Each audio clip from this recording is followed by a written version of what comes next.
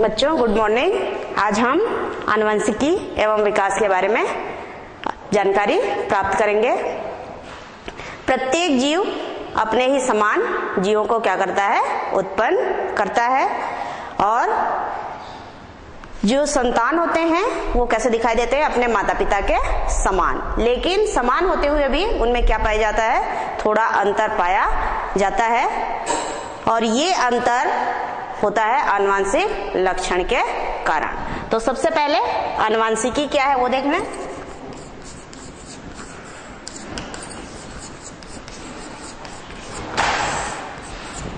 आनुवंशिकी या जेनेटिक्स, आनुवंशिकी विज्ञान की वह शाखा है जिसमें किसका अध्ययन किया जाता है, आनुवंशिक लक्षण एवं विभिन्नताओं का अध्ययन किया जाता है। तो अर्थात आनुवंशिकी विज्ञान की वह शाखा है जिसमें आनुवंशिक लक्षण एवं विभिन्नताओं का अध्ययन करते हैं।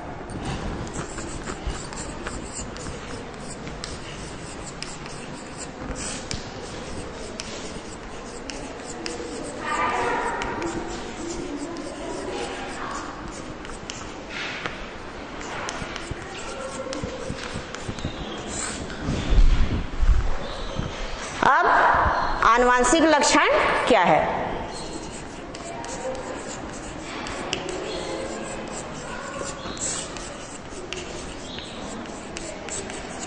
वे लक्षण हमको अपने माता पिता से प्राप्त होते हैं। ठीक है, उन लक्षणों को क्या कहा जाता है, आनुवंशिक लक्षण।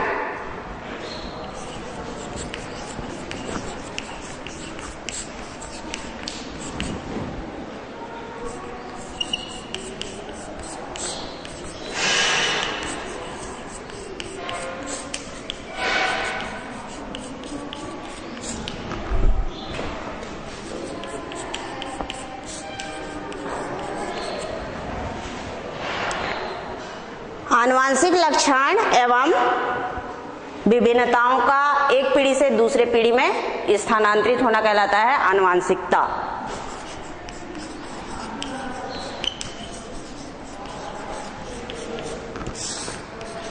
आनुवंशिकता में किसका अध्ययन किया जाता है, आनुवंशिक लक्षण एवं विभिन्नताओं का एक पीढ़ी से दूसरी पीढ़ी में स्थानांतरित होना क्या कहलाता है, आनुवंशिकता। आनुवंशिकता की खोज सर्वप्रथम ग्रेगर जॉन मेंडल ने किया था।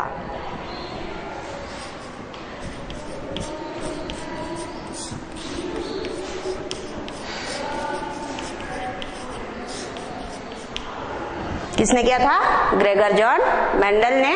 इसलिए इन्हें आनुवंशिकी का जनक कहा जाता है।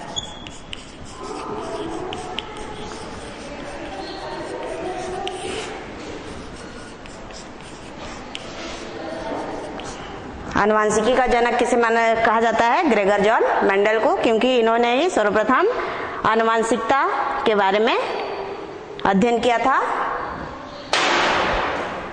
अब आगे हम पढ़ेंगे आनुवंशिक लक्षणों का संचरण किस प्रकार से होता है।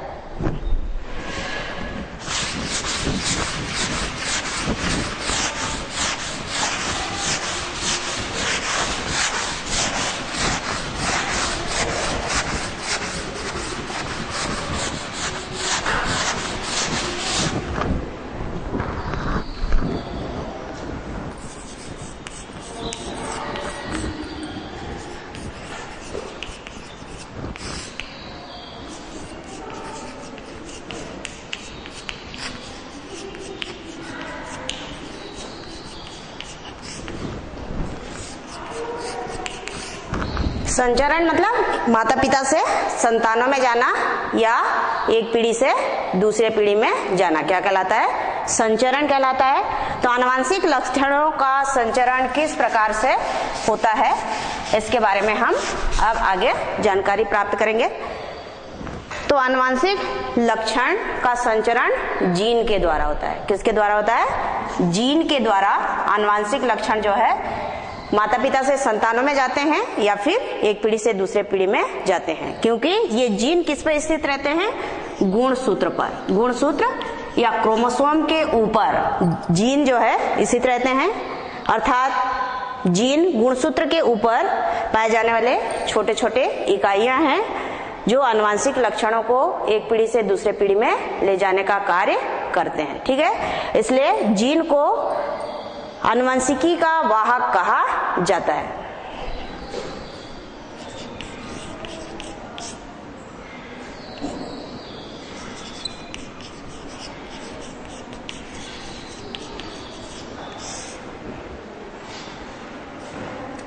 जीन को आनुवंशिकता की इकाई कहते हैं।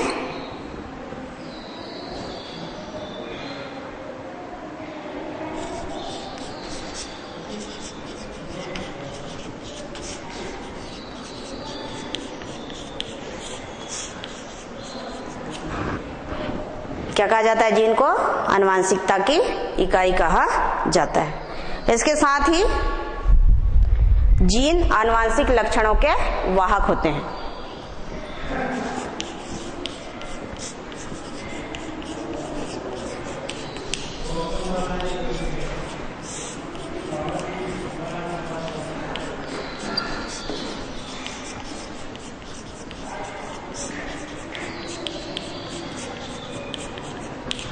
मतलब जीन जो आनुवंशिक लक्षण है वो जीन के द्वारा ही एक पीढ़ी से दूसरे पीढ़ी में स्थानांतरित होते हैं या जाते हैं। तो ये था आनुवंशिक लक्षणों का संचरण। आनुवंशिक लक्षणों का संचरण किसके द्वारा होता है? जीन के द्वारा। और जीन किसके ऊपर स्थित रहते हैं?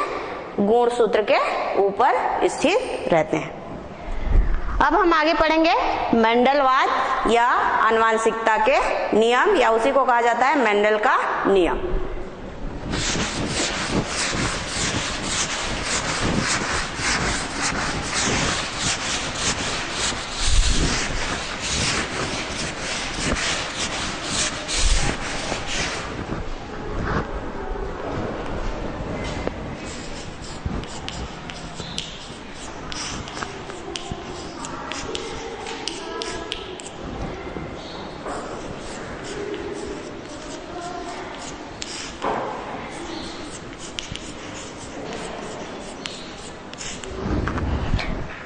मेंडल के द्वारा प्रतिपादित जो भी सिद्धांत या नियम है, मेंडल ने मटर पर प्रयोग किया और उसके बाद नियम दिया। उस नियम को क्या बोलते हैं? मेंडल का नियम या मेंडलवाद।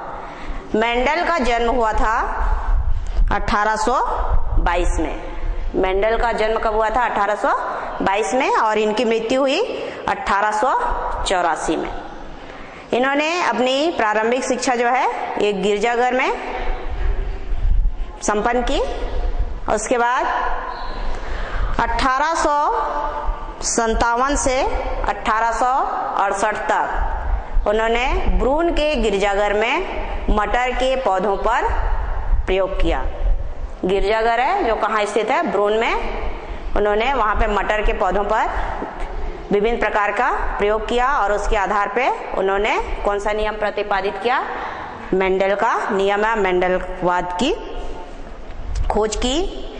जब इन्होंने इस बात का खोज किया था या मेंडल के नियम को दिया था, उस समय इसको उतना ज्यादा महत्व नहीं दिया गया था। ठीक है, लेकिन मेंडल की मृत्यु के पश्चात 35 वर्षों के बाद, जब मेंडल की मृत्यु हुई उसके लगभग 35 वर्ष के बाद 3 वैज्ञानिक जर्मनी के कोरेंस, ठीक है, जर्मनी के वैज्ञानिक का नाम क्या है? कोरेंस। ऑस्ट्रिया के वैज्ञानिक है सेरमॉन्ग, और हॉलैंड के वैज्ञानिक हैं ह्यूगो डी ब्रिज। इन्होंने मेंडल के नियम या मेंडलवाद की खोज करके उन्हें फिर से ये कहा कि मेंडल द्वारा जो भी नियम प्रतिपादित किया गया है वो क्या है? वास्तव में सही है। इसके बाद इसे फिर से मान्यता दी गई या इसका महत्व जो है बहुत अधिक बढ़ गया। तो मेंडलवाद को पढ़ने के पहले हम कुछ ऐसे पारिभाषिक शब्द हैं जिसके बारे में जानकारी प्राप्त करें। सबसे पहला है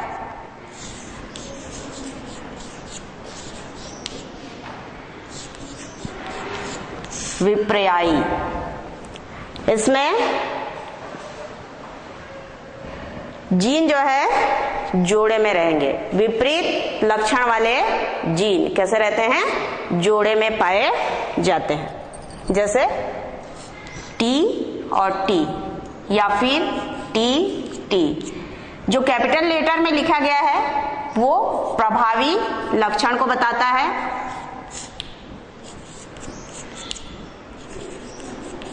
और जो स्मॉल लेटर में बताया लिखा गया है वो किसको बताता है? अप्रभावी लक्षण को।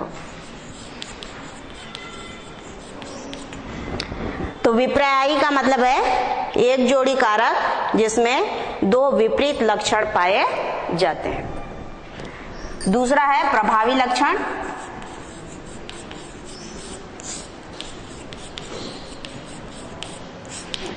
प्रभावी लक्षण संकरण के पश्चात प्रथम पीढ़ी में जो लक्षण हमको दिखाई देता है उसको क्या कहा जाता है? प्रभावी लक्षण। और प्रभावी लक्षण उत्पन्न होते हैं प्रभावी कारक या प्रभावी जीन से।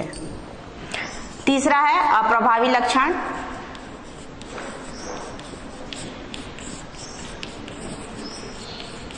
अप्रभावी लक्षण संकरण के पश्चात जो प्रथम पीढ़ी प्राप्त होती है उसमें जिस कारक का गुण जो है दबा हुआ होता है या छिपा हुआ होता है, जो हमको उस पीढ़ी में दिखाई नहीं देता, लेकिन जब हम उससे दूसरी पीढ़ी प्राप्त करते हैं तो वो अप्रभावी लक्षण हमको दिखाई देता है। तो संकरण के पश्चात जो प्रथम पीढ़ी प्राप्त होती है उसमें जिस कारक या जीन के गुण कैसे होता है? दबा होता है या प्रकट नहीं होता, उस लक्षण को क्या कहा जाता है? अप्रभावी लक्षण। चौथा जो शब्द है वो है संकरण। संकरण में दो जीव या तो अलग अलग जाति के होंगे या फिर एक ही जाति के होंगे, लेकिन उसके गुण कैसे होंगे? अलग अलग होगा। एक नर है तो दूसरा मादा। इस प्रकार दो अलग अलग जीवों को मिलाने की क्रिया क्या कहलाती है? संकरण कहलाती है।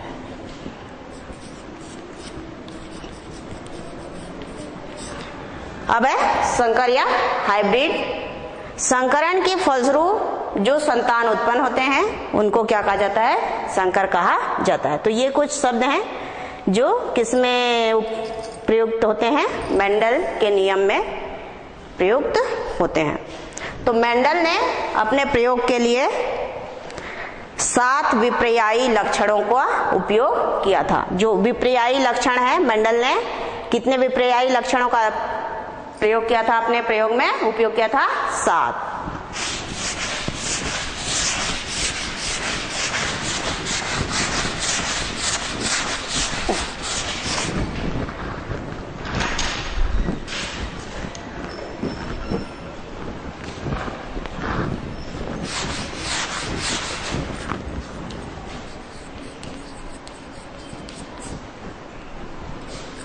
इसमें इन लक्षणों में कौन सा प्रभावी लक्षण होता है और कौन सा अप्रभावी होता है, क्योंकि ये जोड़े में रहते हैं ये लक्षण।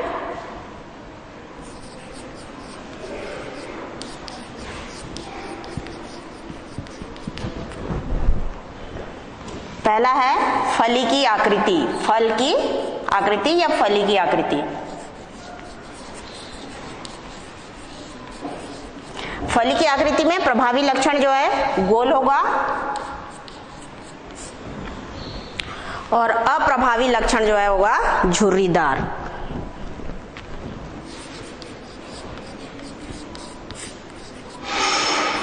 बीज आप लोग देखे होंगे, कुछ जो है कैसे होते हैं? गोल होते हैं और कुछ कैसे होते हैं?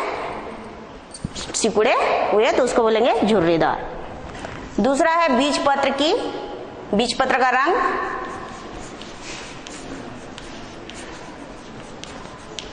प्रभावी होगा, वो पीले रंग का बीज पत्र होगा। बीज पत्र जानते हैं ना आप लोग, जो दाने होते हैं उसको क्या कहा जाता है? बीज पत्र। तो बीज पत्र का जो प्रभावी लक्षण है वो बीज पत्र कैसा होगा? पीला, और अप्रभावी होगा हरा। तीसरा जो लक्षण है वो है पुष्प का रंग।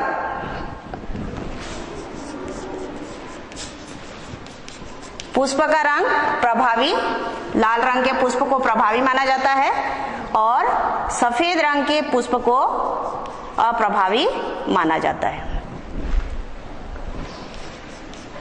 चौथा है आपका पुष्प की स्थिति।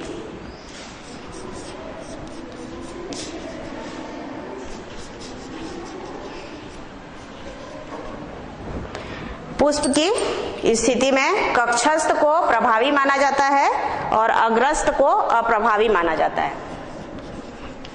कक्षस्थ मतलब पत्ती के कक्ष से उत्पन्न होने वाला फूल जो है प्रभावी होगा, और शाखा या तना के अग्रस्थ भाग में होता है वो कैसा होता है, अप्रभावी होता है।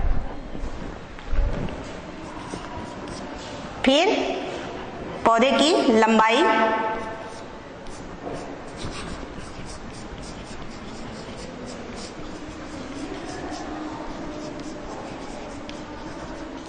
लंबाई में जो लंबा होता है वो प्रभावी गुण को बताता है और बौना होता है वो किसको बताता है, अप्रभावी को।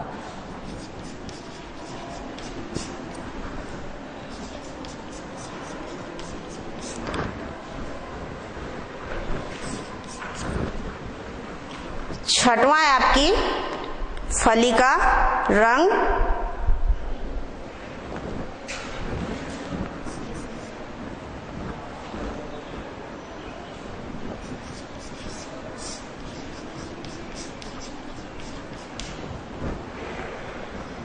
फली का रंग जो हरा है वो प्रभावी है और पीला है वो अप्रभावी।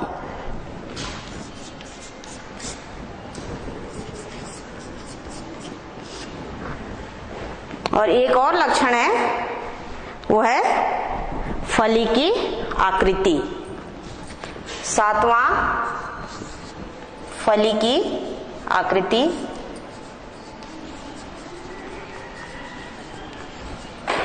इसमें यदि फली की आकृति जो है चिकना हो तो प्रभावी और संकीर्णित हो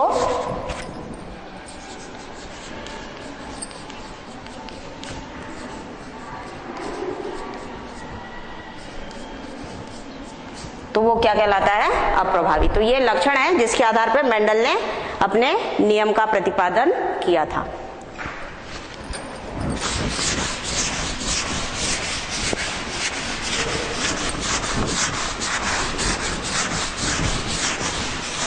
अब आगे मेंडल के नियम।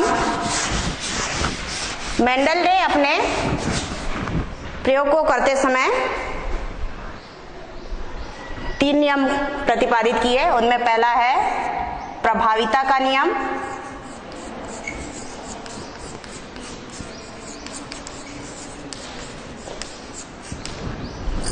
दूसरा पृथक्करण का नियम,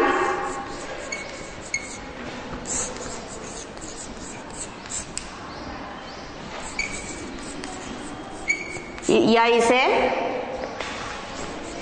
युग्मकों की शुद्धता का नियम भी कहा जाता है।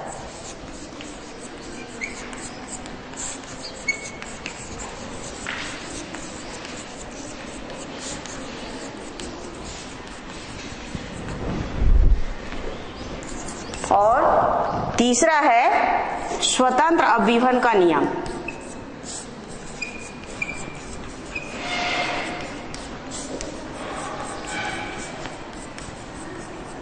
ये 3 नियम है। पहला प्रभाविता का नियम, दूसरा पृथक्करण का नियम या उसको क्या कहते हैं, युग्मकों की शुद्धता का नियम, और तीसरा है स्वतंत्र अभ्यूहन का नियम।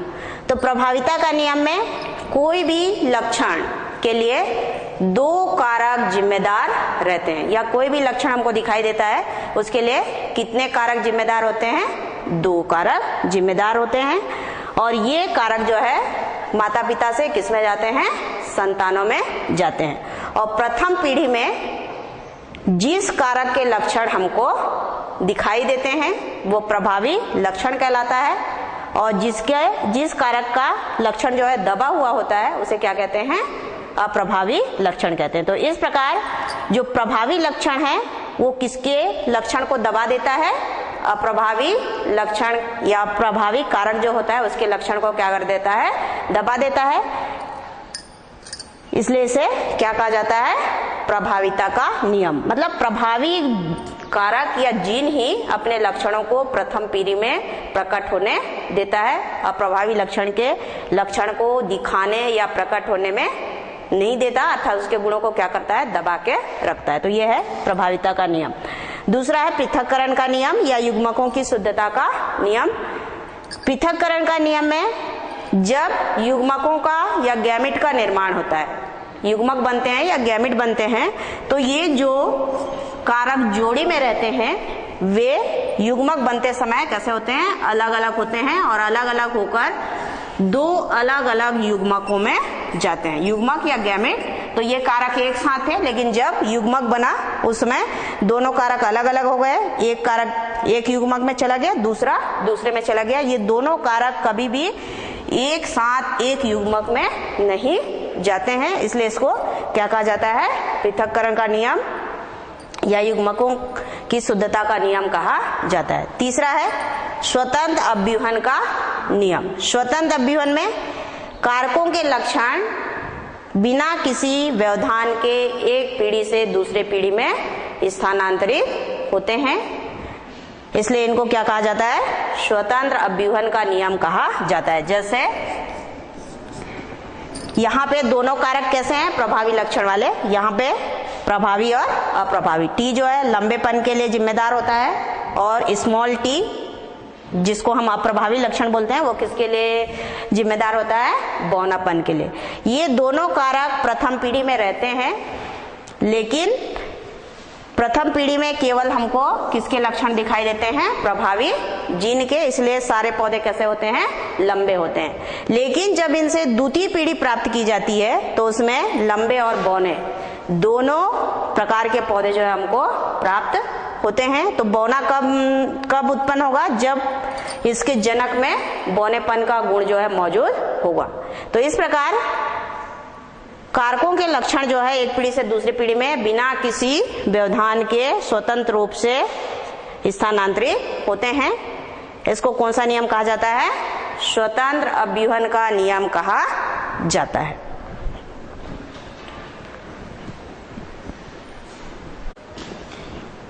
तो अभी हम क्या देख रहे थे?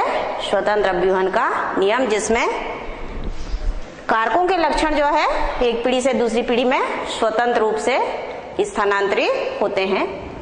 अब आगे देखेंगे हम एक संकर क्रॉस।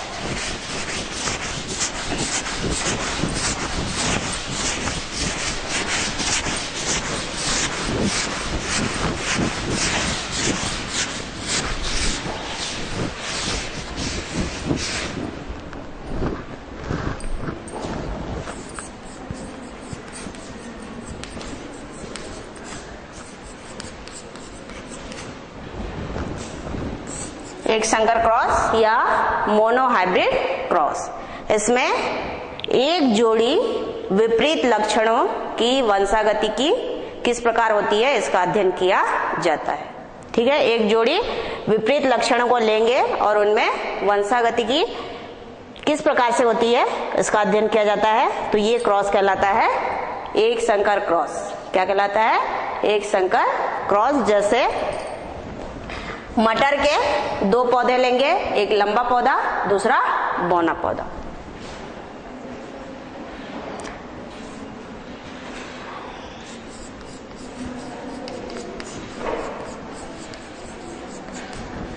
इनको जनक के रूप में लिया जाएगा।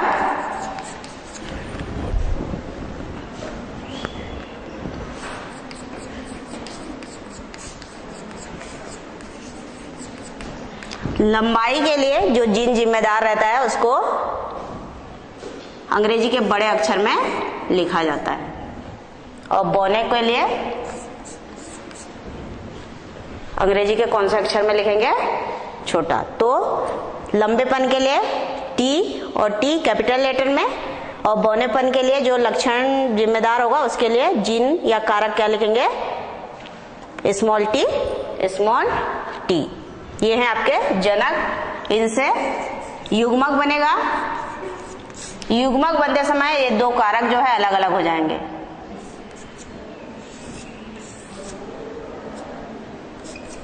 दूसरा दूसरे युग्मक में चला जाएगा।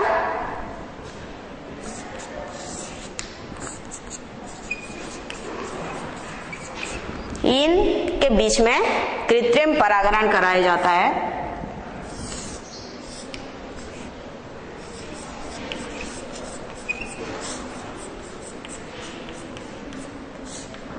जिससे हमको प्रथम पीढ़ी प्राप्त होती है।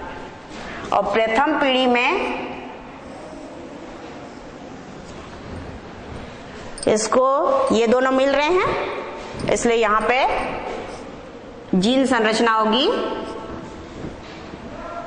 कैपिटल टी और स्मॉल टी। तो प्रभाविता के नियम के अनुसार प्रभावी गुण अप्रभावी गुण को क्या करता है, दबा के रखता है। इसलिए प्रथम पीढ़ी, ये जो पीढ़ी है उसको हम प्रथम पीढ़ी बोलते हैं।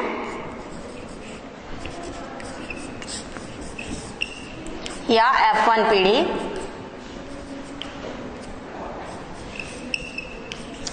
इसमें जितने भी पौधे प्राप्त होंगे हमको वो सबके सब लंबे होंगे। कैसे होंगे, लंबे होंगे, क्योंकि अप्रभावी जीन जो है अपने या प्रभावी कारक जो है अपने लक्षण को प्रकट नहीं करता है।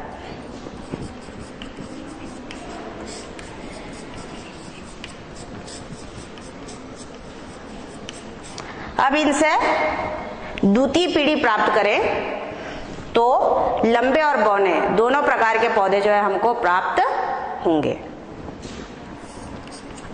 तो F2 पीढ़ी प्राप्त करने के लिए F1 पीढ़ी के बीजों को बोया जाता है और उनसे जो पौधा प्राप्त होता है उनके बीच में स्वपरागण कराया जाता है।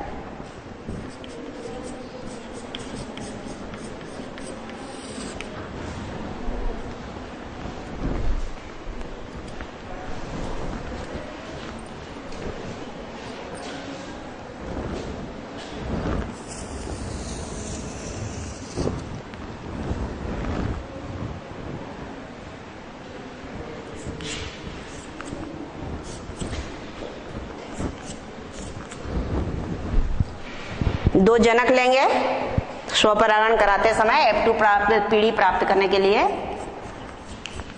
इनसे युग्मक बनेगा, एक, दूसरा, तीसरा और चौथा, समझो। इनके बीच में कृत्रिम परागण कराया जाता है। ये दोनों मिल रहे हैं तो यहाँ पे क्या बनेगा, टी, स्मॉल टी और ये वाला कैपिटल टी को जोड़े तो बनेगा टी।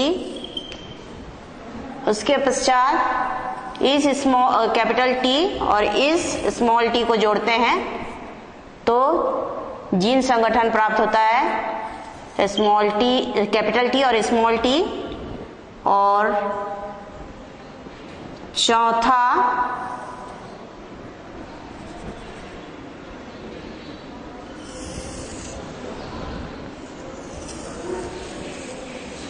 स्मॉल टी और स्मॉल टी को जोड़ने पे जो जीन संरचना या संगठन प्राप्त होता है वो होता है ये। तो ये आपकी F2 पीढ़ी होती है। और F2 पीढ़ी में ये शुद्ध लंबा पौधा है क्योंकि इसके दोनों जीन कैसे हैं, प्रभावी हैं। ये दोनों भी लंबे हैं लेकिन इसको हम क्या बोलते हैं, संकर लंबे।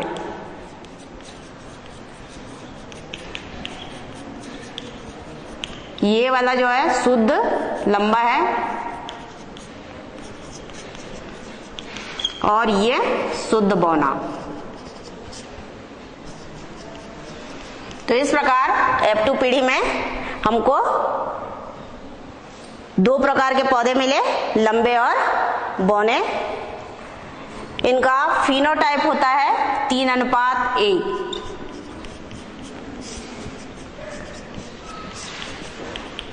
एक अर्थात 3 पौधे लंबे हैं और एक पौधा कैसा है, बौना है। जीनोटाइप होती है 1:2:1। ये एक शुद्ध लंबा पौधा है जिसकी जीन संरचना एक जैसी है, इसलिए एक, इन दोनों की एक जैसी है तो 2 पौधे हैं यहाँ पे, इसलिए 2। और तीसरा बौना पौधा जिसकी जीन संरचना T और T। तो जीन संगठन को बताने वाली संरचना, मतलब जीन की संरचना तो को बताता है, उसको जीनोटाइप कहा जाता है, और जीवों के बाह्य लक्षण को बताता है, उसको क्या कहा जाता है, फिनोटाइप कहा जाता है। तो मोनोहाइब्रिड क्रॉस में फिनोटाइप होता है 3:1 और जीनोटाइप होता है 1:2:1।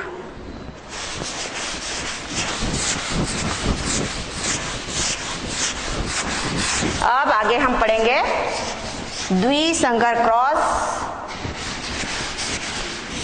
के बारे में।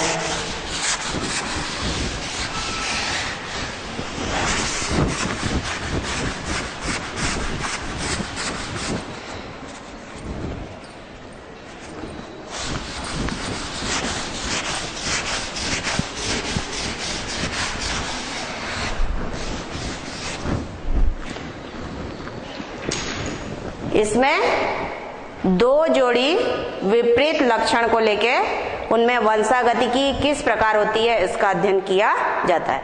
मोनोहाइब्रिड में 1 जोड़ी लक्षण लिए थे और वो लक्षण एक दूसरे के विपरीत थे। इसमें 2 जोड़ी विपरीत लक्षणों को लेकर उनमें वंशागति की किस प्रकार होता है उसका अध्ययन किया जाता है।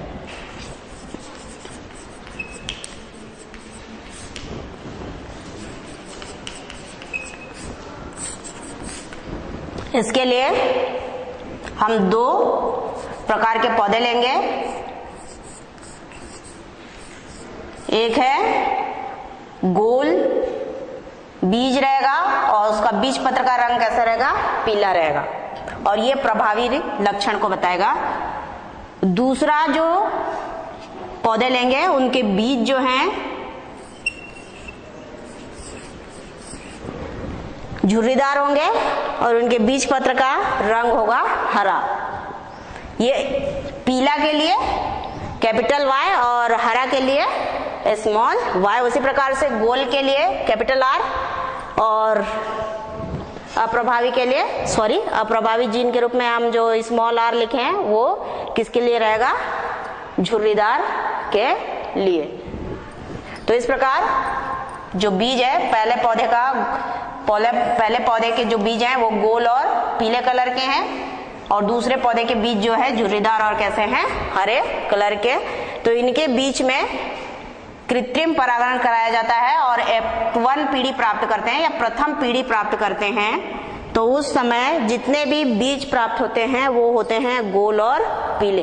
कैसे होते हैं, गोल और पीले। कैसे होते हैं वो देख लें। तो ये है उसके जनक कैसा है, गोल और पीला, गोल तथा पीला बीज वाला।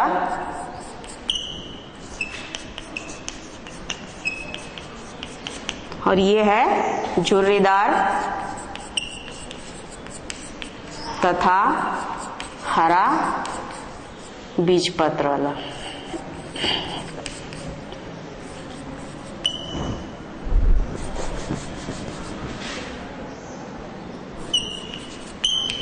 गैमेट बनते समय या युग्मक बनते समय इसमें से 2 कारक आते हैं, R और Y।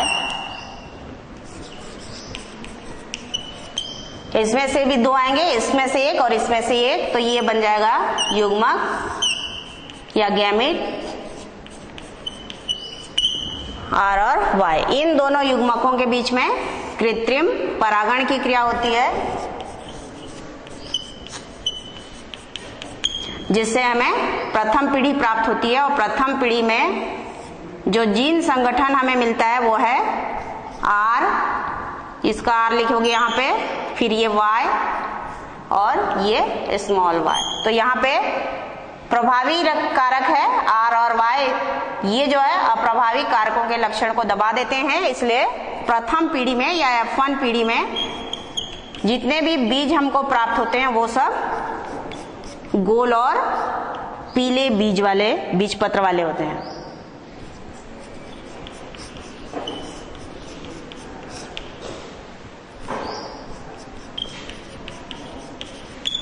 अब इनसे हम द्वितीयक पीढ़ी प्राप्त करते हैं, सॉरी F2 पीढ़ी या द्वितीय पीढ़ी प्राप्त करते हैं। तो हमको 9:3 3:1 के अनुपात में बीज जो है प्राप्त होते हैं। वो कैसा होता है वो देख लें आगे चेकर बोर्ड बना के।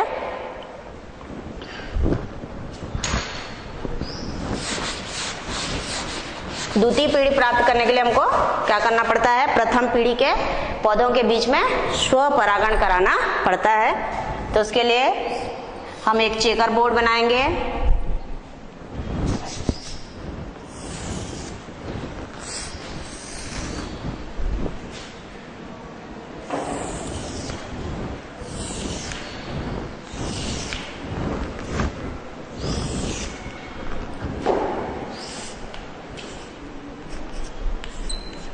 ये जो चिन्ह है वो नर युग्मकों को बताता है, या नर गैमेट को जो इस साइड में स्थित हैं, और इस साइड में ये इधर है तो ये है मादा युग्मक को बताएगा ये वाला चिन्ह, और इनको इधर रखते हैं।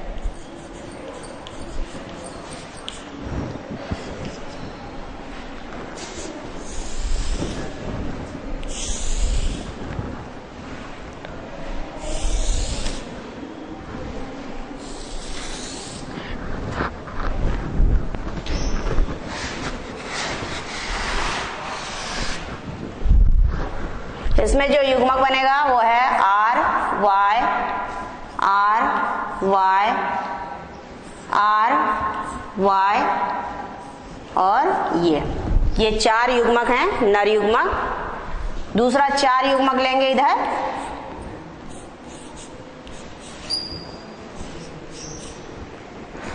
मादा युग्मक के रूप में। अब इनको क्या करेंगे, स्वपरागण होगी, अर्थात ये और ये जोड़ी बनाएंगे। पहले ये इसके साथ जोड़ी बनाएगा, फिर ये इसके साथ, इस प्रकार से चारों जो है इसके साथ क्या करते हैं, मिलते जाते हैं या जुड़ते जाते हैं। तो इसको जोड़ोगे तो बनेगा R Y Y। चूंकि यहाँ पे प्रभावी जीन है RR और Y भी, तो यहाँ जो बीज प्राप्त होगा वो कैसा होगा, गोल और पीला। उसके बाद इसको और इसको जोड़ा जाए तो यहाँ पे भी प्रभावी जीन R है और प्रभावी जीन Y है, इसलिए बीज जो है गोल और पीला होगा।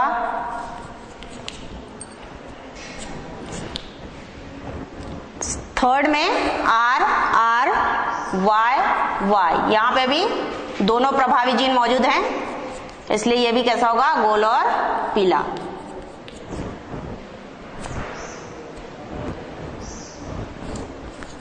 प्रभावी जीन को हमेशा पहले लिखा जाता है और अप्रभावी जीन को उसके बाद में लिखते हैं। तो ये भी होगा गोल और पीला।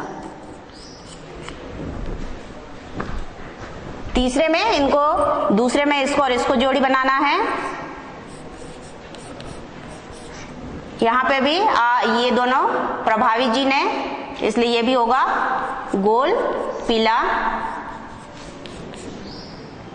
R R small y small y, R प्रभावी है, Y दोनों कैसे हैं, अप्रभावी है, इसलिए यहाँ पे गोल बीज होगा, लेकिन उसका बीज पत्र जो है हरा होगा।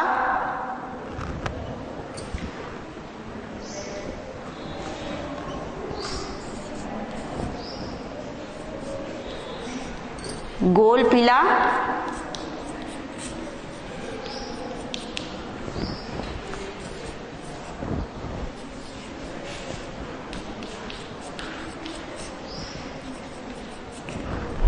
इसके बाद इनकी जोड़ी बनाएंगे R R Y Y।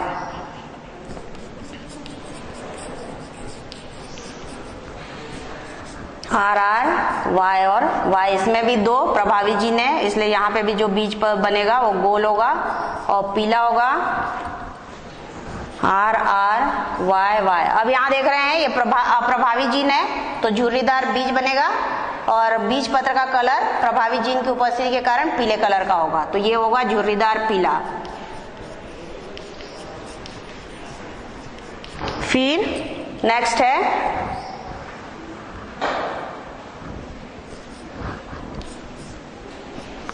ये भी झुर्रीदार पीला, क्योंकि पीला के लिए जो जी कारक जिम्मेदार होता है Y वो प्रभावी रूप से है।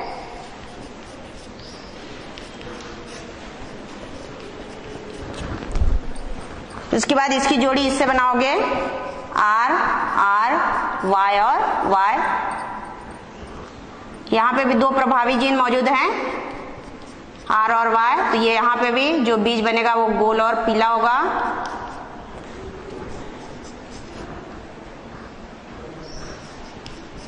यहाँ पे प्रभावी जीन R है और अप्रभावी जीन के रूप में Y है। प्रभावी जीन के रूप में यहाँ पे Y नहीं है, इसलिए यहाँ पे जो बीज बनेगा वो गोल और हरा होगा।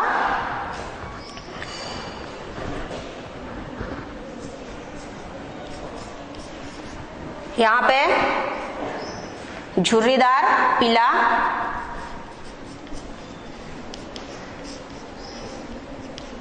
और R R Y Y जो कि अप्रभावी जीन है दोनों, इसलिए यहाँ पे जो बीज बनेगा वो झुर्रीदार हरा होगा।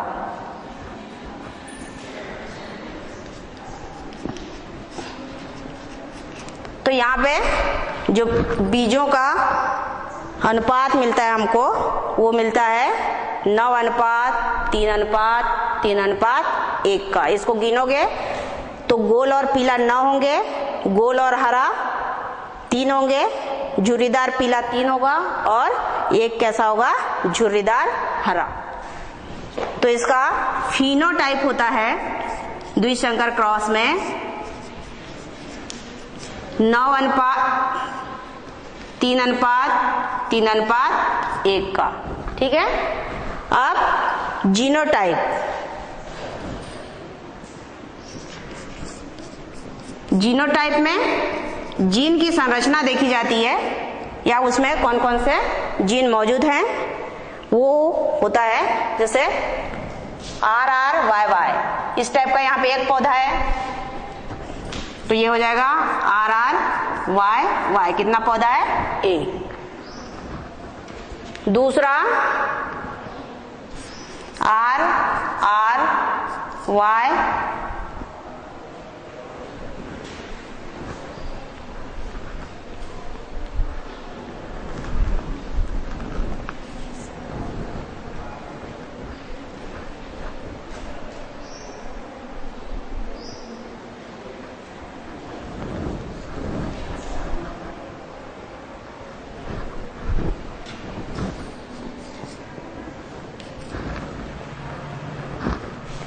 ये कितने हैं,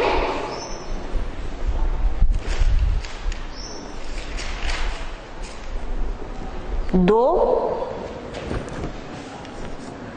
फिर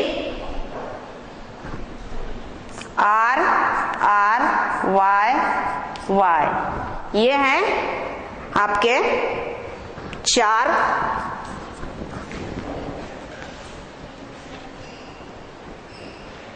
और R R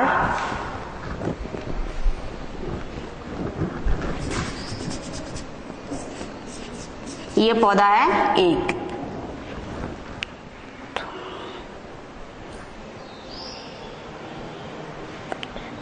हाँ ठीक हो रहा है।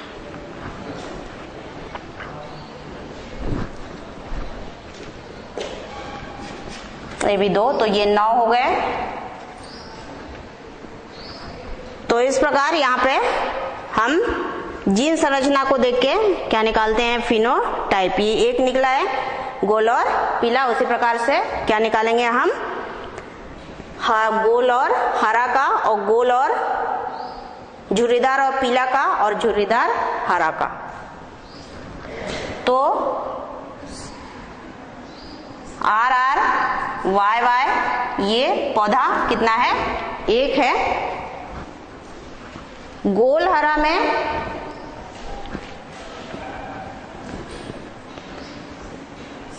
R R Y Y और एक यहाँ पर है, एक यहाँ पर है और एक यहाँ पर है। तो इस टाइप के 2 पौधे हैं, तो यहाँ पे 2 लिखेंगे और ये 1 है तो 1 लिखोगे, RRYY, तो ये 3 हो गए। फिर उसके बाद झुर्रीदार पीला,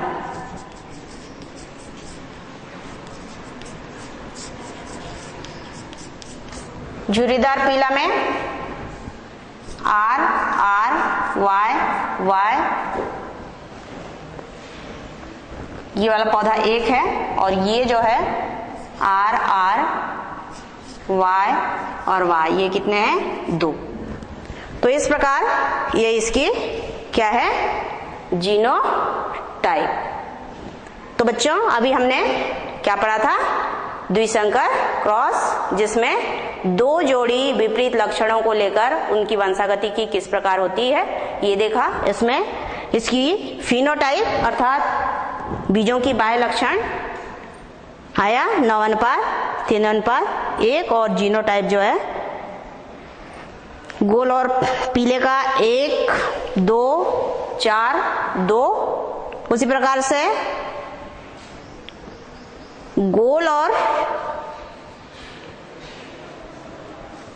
हरा का 2:1 और झुर्रीदार पीला का भी 2:1 प्राप्त होता है।